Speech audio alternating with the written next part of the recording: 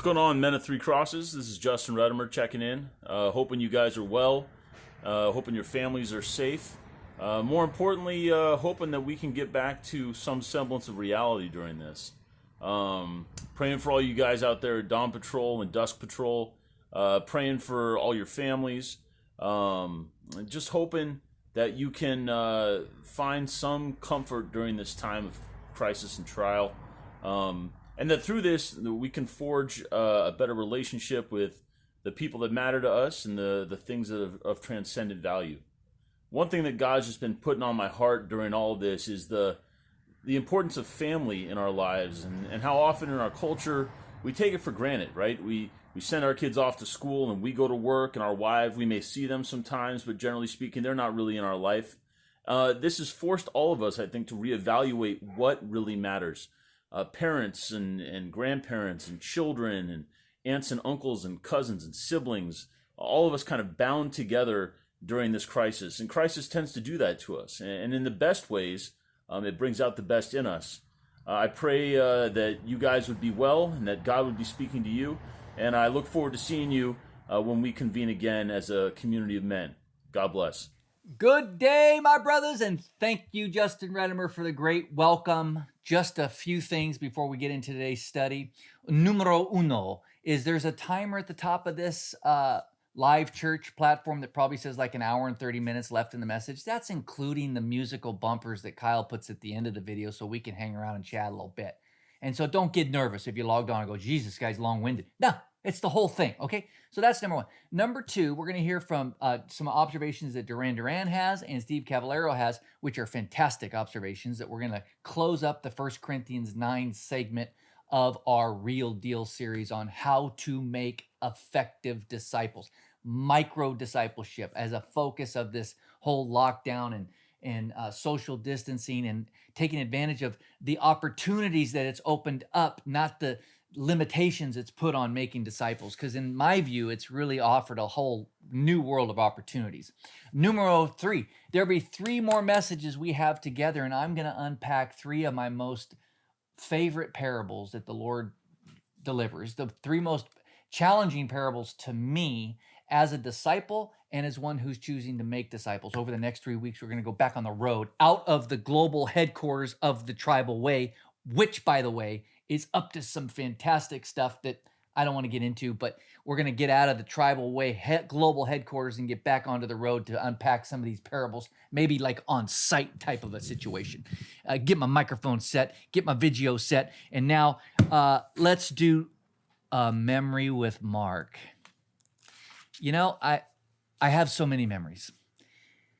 There's something so powerful that happens when 100 men meet consistently in the dark, laughing and praying and getting real with one another. And I'm specifically talking about Dawn Patrol. Now, Dusk Patrol people, don't get your panties up in a wad. No. We did Dawn Patrol now for 15 years, and there's something about driving through the dark. Everybody suffers to get to Dusk Patrol. You got to get through traffic and all that, but it's at the end of a day. We're relaxed, we're tired, we're angst. In the morning, we're still hopeful that today might be a different day, that we go seeking a word from the Lord. A lot of us at Dusk Patrol come to seek a word from the Lord, to seek good fellowship, to seek prayer, to seek wisdom, all that. But the morning crew, there's a sacrifice. You're losing sleep. You're there before work. There's a thing that happens. And again, I want to be sensitive to my Dusk Patrol guys. I'm not saying, y'all get to you, Dusk Patrol guys. But I have so many memories of us in the morning as men when time stops, when a guy has shared something really personal, really emotional, really sensitive. When we interview guys, I'm thinking of Gangster Don when he started driving from San Francisco in that beat down car and having Ed Tracy, who was brand new to the Lord, get prayer from Gangster Don along with Vance Hunter, probation officer, and some bald dude that Ed Tracy was bringing with 8 kids. I think he was a Mormon gentleman. and the intimacy. Remember, Ed Tracy was going to go kick down some doors or something, and he needed prayer. And I've never kicked down doors. I've been on the backside of those doors, not as many as Don has. So, Don, why don't you pray for Ed Tracy, captain of San Leandro Police? Like, just beautiful. And Ed Tracy started suffering with cancer, and he would FaceTime us in on Wednesday mornings, and we'd put our iPad up on the stage, and he'd be there with us. Or Mike, who moved to Florida, was Facebooking us in his tidy whities. I don't know if you remember that, but he was really honest and there with us and vulnerable. Randy the Hip, just all the faces of all the guys, Jim Burns, all the guys that really just came in moments of emotion, tears, revelation, inspiration. Guys have come to faith in Dawn Patrol. I think of my son Elias, when I told the story of my dad, which my son has heard his whole life and experienced, but when he heard it, it was so emotional for him, and how sad that was for him, just as not somebody that's even connected to the story, but how sad that whole thing was. And just all the moments of vulnerability, I guess, of honesty and of revelation from the Lord and from his word and from his spirit, and just the diversity, and with fathers and sons, and that kid that used to skateboard on that pink skateboard through the rain down the boulevard, didn't have a dad. Just all of that, I'll miss. And every Wednesday and Tuesday night when I've been a part of Dust Patrol, I went away and went, there was something that I'm glad I didn't miss. When we did tailgate parties, when we did road crew dinners, when we did other things, I always went home and Kath said, how was it? And I'd say it was great and this and that. But I said, Dawn Patrol was better. Dust Patrol was better, which is why we started Dust Patrol. Because frankly, they're more intimate, they're more connected, and there's more growth, and there's more body life, and there's more, I don't know, man, connectivity, honesty than a road crew dinner. And so I just, all of just those memories, if you were there at dawn or dusk and the time stopped, pin drop quiet, we were leaning into the Lord, you know, that's special. Dozens, hundreds of times, hundreds, not just once. And so those are great memories. Those are truly great memories. And now we're going to hear a little 5 minutes from Duran Duran on his observation from 1 Corinthians 9. Turn to 1 Corinthians 9. I'm going to do a little bit of unpacking, and then we're going to have Steve Cavallero bring a great observation as well. What's up, my brothers, fellas, man? Hope you guys are doing well. Been thinking about you a lot, and I'm just checking in with you, and been taking time out of my day to be in the Word. I'm in 1 Corinthians chapter 9, and I'm looking at the Apostle Paul's take on freedom, man, the freedom that he has in Jesus Christ. You know, talk about freedom. Hasn't been much around here lately. You know, I haven't worked for a few months now. Haven't been able to go to church and worship with everybody. Even Dust Patrol, man, he's been missing that in a big way, obviously. And so been at home, and I've got some stuff done, but yet I'm just writing out the storm just like everybody else, to see what's gonna happen next, and to see what things are gonna look like on the other side of this pestilence, man. But anyways, getting back to the Apostle Paul, and looking at verse 19, Paul says, though I am free and belong to no one, I have made myself a slave to everyone to win as many as possible. Man, so I've been wrestling with that verse, and and I come to the conclusion, man, that it would be impossible for me to relate what Paul is saying here without myself having a relationship with Jesus. Paul here is all in. He's showing me a big attitude of total surrender, man, and doing God's will and doing God's work and going out and reaching others, and as many as he can win to Christ. Imagine, man, if I could just in this time just shake off the pestilence that's around us, man, and just drop the change, man, and go out into the the surrounding, my neighborhood, the stores, even maybe possibly the hospitals, man, and just declare myself free, man, to be able to spread hope to everybody. In a sense, that's what Paul is saying here. I think he's dropping the chains, man, on the things that were binding him, the religion, the politics, the persecution, man, and he just dropped it all, man, to say, hey, man, I'm free, man, to go out and do God's will, man, and to win as many as possible for Jesus. And like Mark has been talking about the last few messages, that he is going to present some tools for us, some insight, some encouragement to be able to go out and do these things, even in this period of restraint, of having non-freedom, so to speak. So there were two things that I picked up in this chapter. One of them is discipline, to have discipline, and the other one is to work out hard, man. I can relate to these things, but it's funny. Someone said the undisciplined is a headache to himself and a heartache to others, man. Ain't that the truth, man? Wow.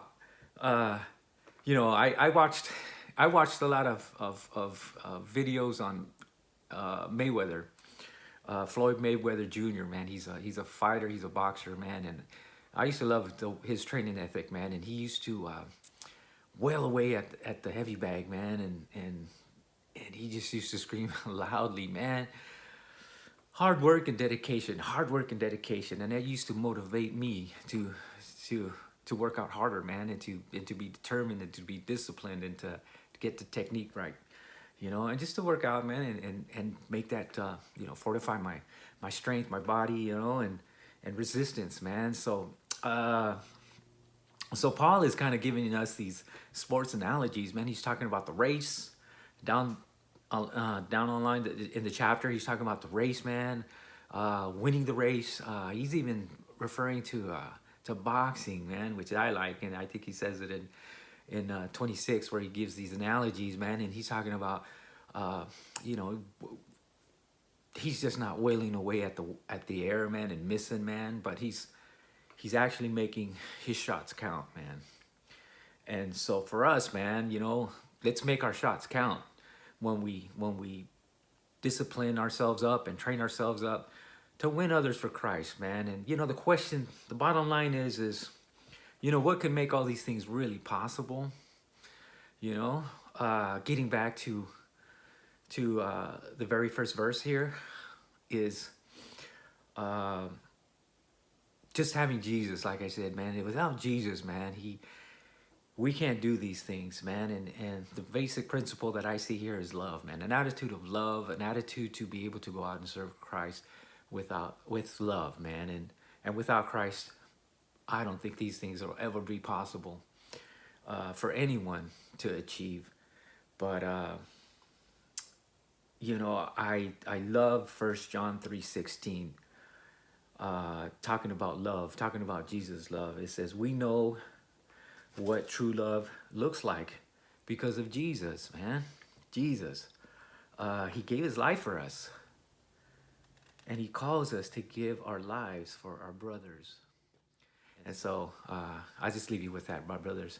And I'll catch you guys on the flip side here really soon, man. God bless you guys. Well, thank you, Duran. And I love hearing that from a boxer. Duran was a boxer. He had a gym. He trained boxers. He is a fighter. I love the shadow boxing thing, but this whole thing about training to win people to Christ. The thing about training is there's something where you're not afraid to do it wrong because you're training. You're not afraid to try a few moves out, to try some things that you normally wouldn't in training. Push yourself a little harder in a different way. I train for different kinds of moves in surfing, and I fall off a lot when I start to train to learn how to, I'm trying to learn how to spin around on the nose of the board, turn around and walk back to the tail and come back. And so I'm falling off the front of the board a lot backwards, but I expect to, and it's part of the training. And so just to start to, if you're going to grow in making disciples, try a few things. Don't be afraid to fall off the board. You're training. You're training, applying what you've learned, maybe here, maybe from Pastor Danny or Pastor Larry or other people that have gone on and delivered some great inspirations from the Lord, some truths from the Lord. Put it into motion. Remember, Luke 7, the Lord just closes up a great series of teaching. He says, you know, you're going to build your house. You're going to build your life. You're going to build your house. It's either going to be on the beach or on the rock. Those who apply what I've said are like the guy that builds a house on a rock. So when the storms of life come, that house stands up strong. It won't be rocked. So I love that with the training observation. And the other thing is make your shots count. Now we looked at 5 principles. We looked at 3 last week, but there are 5 principles that Paul breaks out in this 1 Corinthians 9. Number 1, always start by finding common ground with folks. Number 2, avoid projecting to others all you know or how your views are the correct views. And number 3, accept everyone regardless of their issues. And number 4, today, number 4, be sensitive.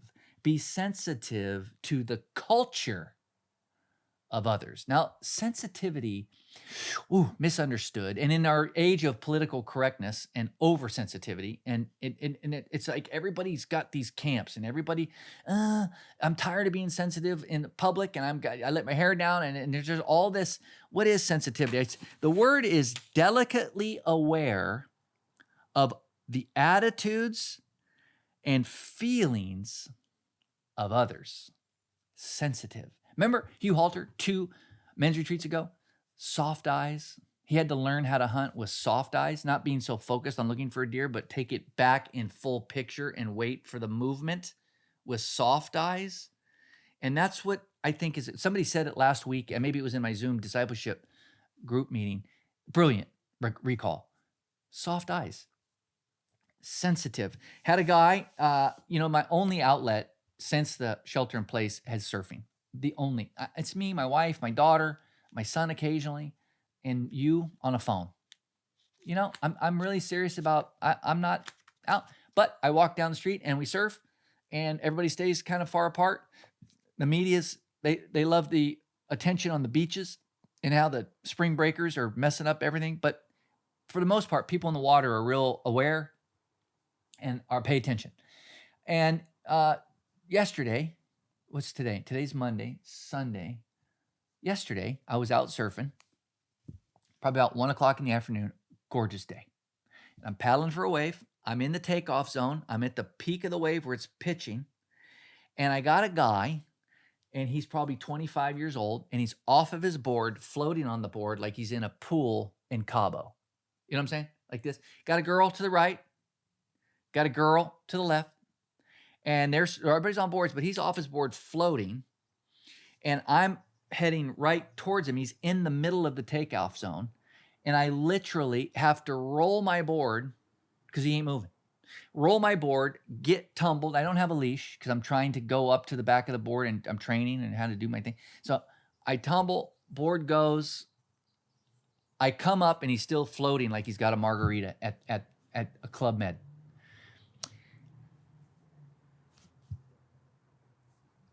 And so what I said, I'm pretty proud of.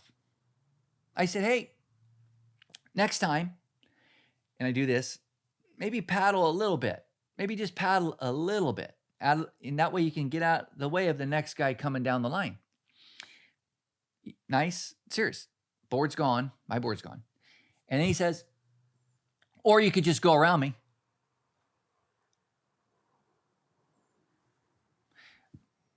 Now, there's something called traps that the enemy sets. He said, I subdue my body, says Paul. He, not the enemy. Paul says, I subdue my body and I make it my slave, my flesh, self-control, discipline last week.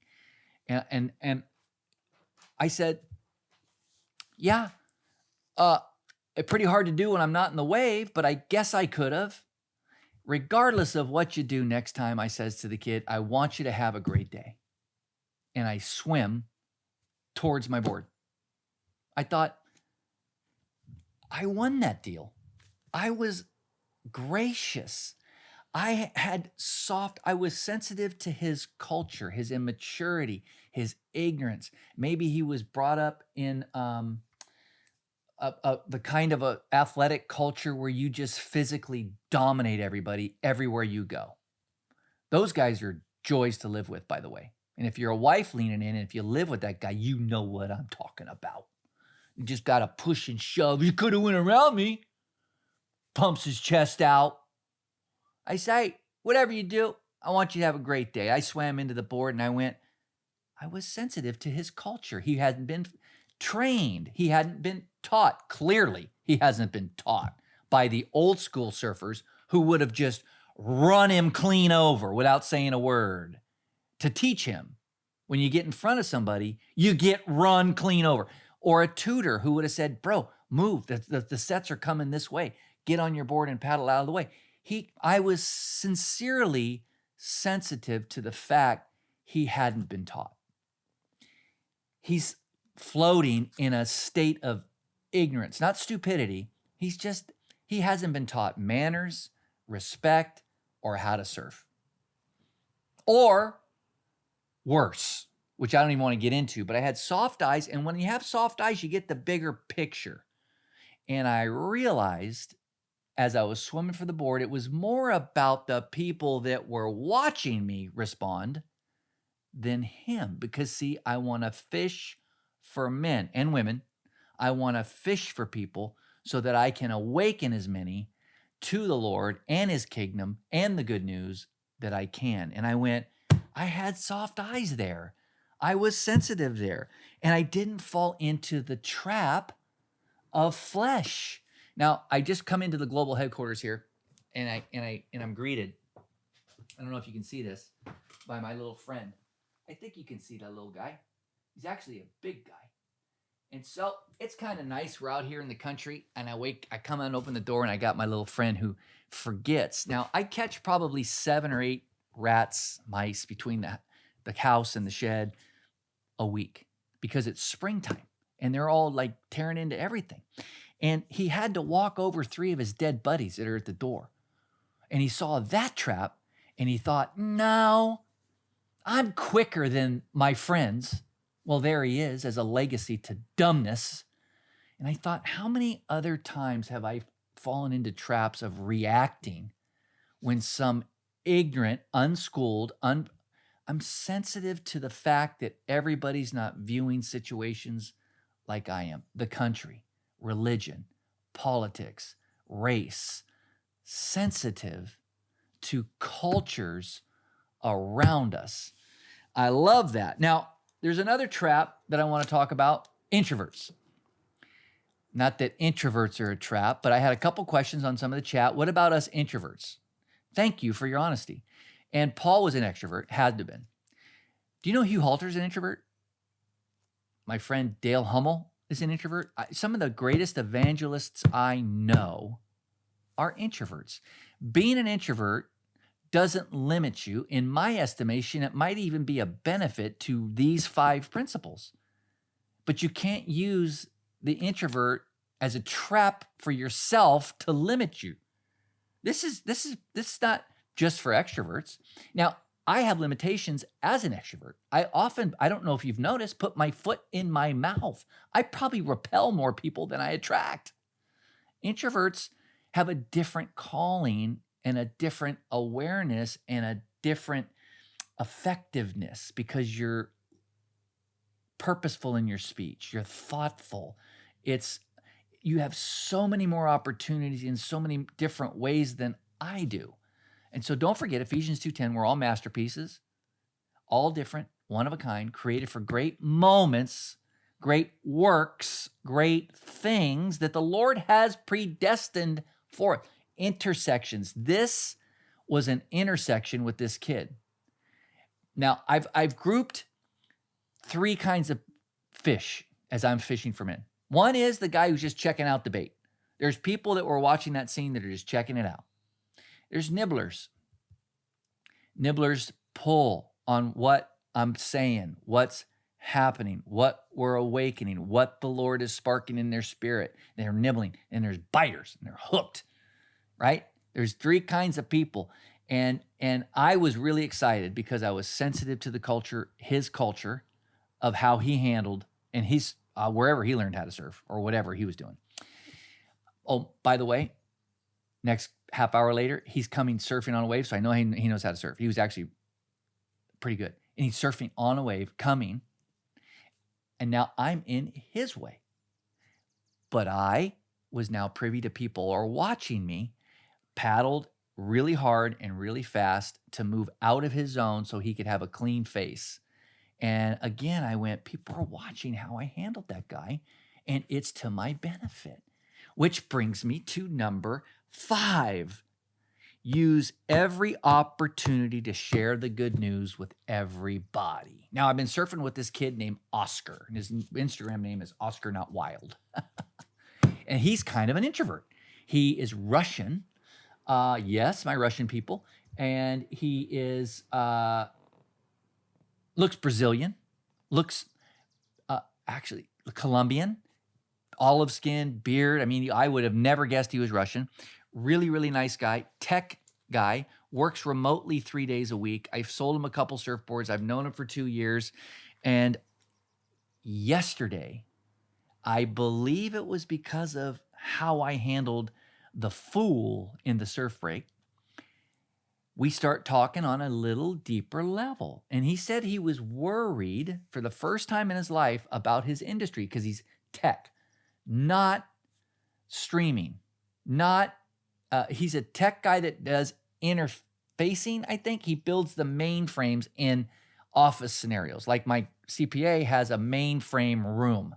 They have their own network. I think it's called Network.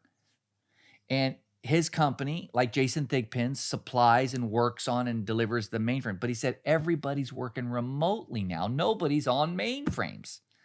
And he said, my technology is a little outdated. And he says, this might have been the death nail. And I says, Oscar, Not Wild, listen, worry is going to kill you. I think more people are going to have cancer in 2 years than corona because of how they're panicking about this whole thing. Not minimizing the corona. I'm just saying, people worry and stress are killers. And I said, you could worry about it, or you could take the advice of your old buddy Mark and say that every closed door I've ever experienced opens up a whole new series of doors. And what you've learned in your years with this company, you will be able to apply. And what you've gone through, you will be able to take into your next field. And there is no end to what you're experiencing. There's just a new beginning. And he was like pale. Like I'm thinking, am I not talking Russian? What? He goes, that's so simple. Man, I love talking to you. He's never talked to me. I mean, like it. He said, I feel so much better. Why haven't I? You know, and it was like, he's nibbling. He's nibbling, but he was watching for years. He's seen my full moon parties. He's been around the barbershop. He's been in and around these people that I've had spiritual conversations with, and he's watching. And so he took a nibble, and he liked what he tasted. And so that's going to go somewhere. Use every opportunity to share the good news with others. Now, there's actually 5 groups. Cinco. Happy Cinco de Mayo, by the way. It's coming. I think it's tomorrow. I think it's as you're watching this at Dust Patrol. Cinco de Mayo. Taco Tuesday. Cinco de Mayo. Are you kidding? There's 5 groups, not 3. There's the checking it out. There's the nibbling. There's the hooked. There's the not interested. Okay. You can't. Okay. You've run your race. You've been free to serve everybody. You are serious about, you are focused. Your intent is there and you're applying tools. They're not interested. They're not interested. You can't change. Okay. And the 5th group are the guys that have fallen out of the backpack. Now listen. I'm going to go to Steve Cavallero. No. I'm going to finish my thought, then go to Steve Cavallero's awesome observation. I'm coming down the stairs in front of Jack O'Neill's house, who just died about 4 years ago, in Pleasure Point, and I'm going to go surfing. Did I mention I surf? Mention the Lord, mention surfing, and how about our old friend Sparky, who's sitting with the king right now? Those three things we got to always mention. Going down the stairs, and my buddy named Peter is coming up the stairs with a big backpack, water backpack, and a huge paddleboard. Peter probably chimes in at 300 pounds plus. Peter can rip. You ever seen a 300-pounder in a ripped up, torn up wetsuit off the lip on a really big surfboard? It's my friend Peter. He's huge. He's really makes his own guitar, makes his own surfboards, retired from the tech industry like 10 years ago, a gazillionaire, writes music. He's probably 50, really sweet guy, just kind of a different kind of guy. And he was out fishing. And I go, Peter, what are you so grumpy for? Now, Peter, a fisherman. Are you already with me? Are you tracking with me? Comes up, and I go, what's with the face? He says, had a 30-inch halibut. And I'm thinking, oh, a seal grabbed it, or it fell off the line, or whatever. All the guys are fishing out in the kelp right now. They're pulling out all kinds of big fish. And I says, what happened? And he says, I get off my paddleboard coming in. I'm walking up the beach, and I bend down to pick up the oar right on the edge of the water, and he slips out of the backpack. If you see my fish, call me. Walks away. I'm going down the steps, and I'm thinking, that was from the Lord. There are guys that have slipped out of our backpack. They were caught, reeled in, pulled into community, walking with the Lord, maybe for the last 20 years, maybe for the last 20 months, maybe for the last 20 weeks. Yes, we're going to become fishers of men to win those who previously weren't won, but there are so many among us that have slipped out of the backpack, that are used to be in community, but have fallen back into the world. Those guys we need to fish for too. Those guys we need to bring back into community, kind of reawaken them. That's a great place to start. Go through your phone. Think of all the guys that used to be with us, but we know they're not doing well. I'm not going to mention a bunch of names. And fish for those guys. Fish for Peter's 30-inch halibut that fell out of the backpack. Man, thank you, Lord. And so basically, we're fishing for everybody. We're taking advantage of every opportunity to awaken folks to the good news. And now a quick word from and a great observation from our dear friend Steve Cavallero, and I'll wrap it up. Hey, fellas and Mark, Steve Cavallero here. In looking at 1 Corinthians 9, there's something I can't quite get my head around and something I struggle with. I mean, I appreciate Paul and his teachings about how he needs to, he wants to change lives. And a way to change lives is by adapting to the culture, by adapting to the people around him. He says he's free from all, but he makes himself a servant to all, so that he might win them over, or win them over to the cause or the case of Christ.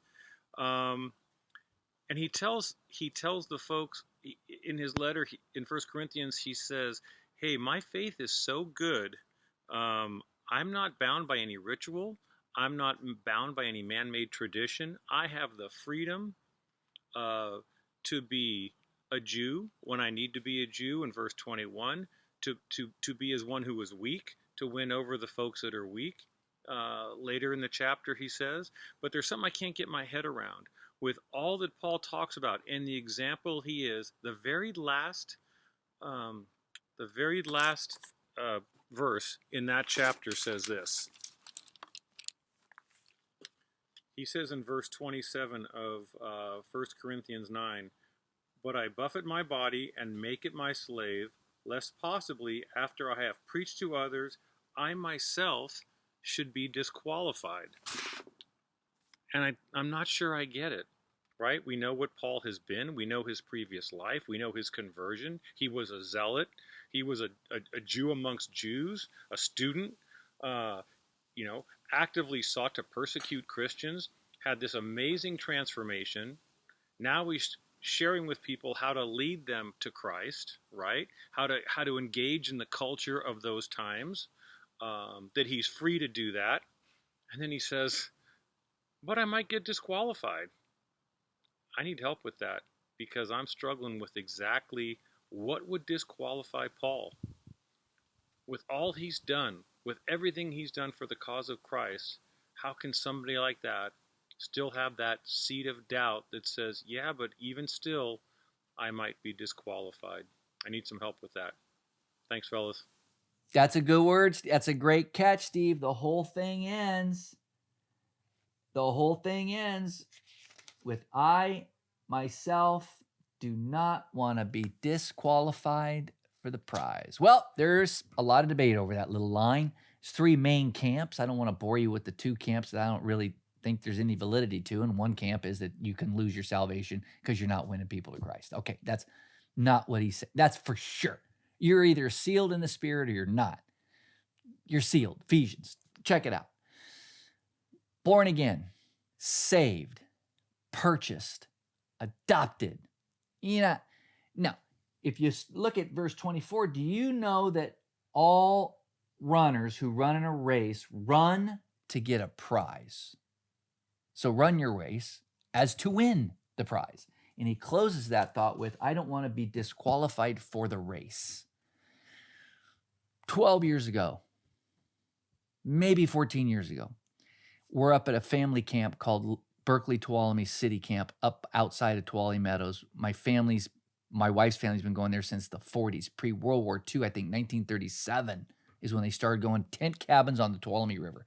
Fantastic. And there's San Jose family camp as well, and when they would have volleyball competitions and probably 200 families at a time. Great food, just a fantastic experience. Our kids were raised there, going there every summer.